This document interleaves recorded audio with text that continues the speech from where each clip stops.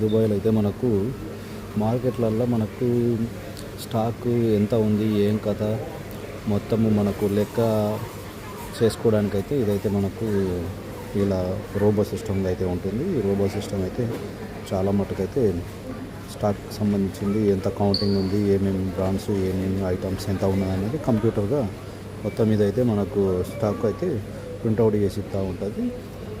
మనకు రానున్న రోజులలో ఇలాంటి చాలా మనకు ముందు ఇంకా వచ్చే అవకాశాలు ఉన్నాయి. ఇక్కడ స్టాక్ మనకు ఎంత ఏం కదా అని చెప్పేసి ఇది లెక్కించడం జరుగుతున్నది.